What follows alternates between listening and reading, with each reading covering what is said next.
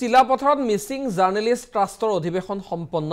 ৰাজীৱ পাটিৰক সভাপতি হিচাপে মনোনয়ন কৰা হৈছে আৰু পৱন কামানক সম্পাদক হিচাপে লৈ নতুন সমিতি গঠন কৰা হৈছে আৰু এই সভাত কিবাজৰো লোকক বিশেষভাৱে সম্বৰ্ধনা জ্ঞাপন কৰা হয় অনুসন্ধানমূলক সাংবাদিকতাৰ পোষকতা কৰে মিছিং জাৰ্নেলিষ্ট ট্ৰাষ্টে দৃশ্যাংশ আমি দেখুৱাইছো মিছিং জাৰ্নেলিষ্ট ট্ৰাষ্টৰ অধিৱেশন নতুন সমিতি গঠন কৰা হয় এই অধিৱেশনতে জাৰ্নেলিষ্ট ট্ৰাষ্টৰ আজি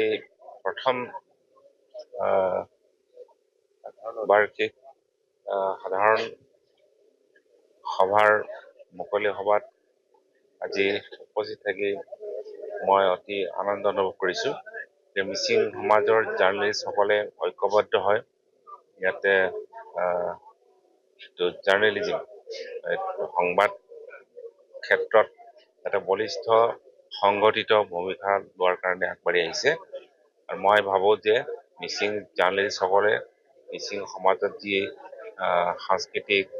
অৰ্থনৈতিক বা বৌদ্ধিক ক্ষেত্ৰত যি এটা স্থবিৰতা আমি দেখিবলৈ পাইছোঁ এই স্থবিৰতাক ভাঙি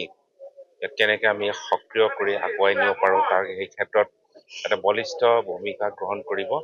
আৰু আমাৰ সমাজত যি নিবনুৱা সমস্যা হৈছে এই নিবনুৱা সমস্যা আঁতৰ কৰাৰ কাৰণে দক্ষতা বিকাশৰ ক্ষেত্ৰত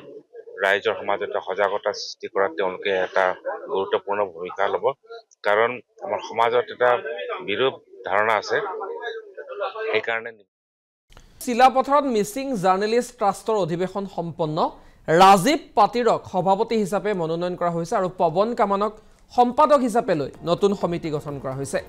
আৰু এই সভাত কিবাজৰো লোকক বিশেষভাৱে সম্বৰ্ধনা জ্ঞাপন কৰা হয় অনুসন্ধানমূলক সাংবাদিকতাৰ পোষকতা কৰে মিছিং জাৰ্নেলিষ্ট ট্ৰাষ্টে দৃশ্যাংশ আমি দেখুৱাইছো মিছিং জাৰ্নেলিষ্ট ট্ৰাষ্টৰ অধিৱেশন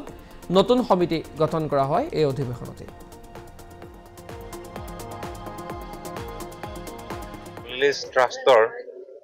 আজি প্ৰথম বাৰ্ষিক সাধাৰণ সভাৰ মুকলি সভাত আজি উপস্থিত থাকি মই অতি আনন্দ অনুভৱ কৰিছোঁ যে মিছিং সমাজৰ জাৰ্নেলিষ্টসকলে ঐক্যবদ্ধ হয় ইয়াতে জাৰ্নেলিজিম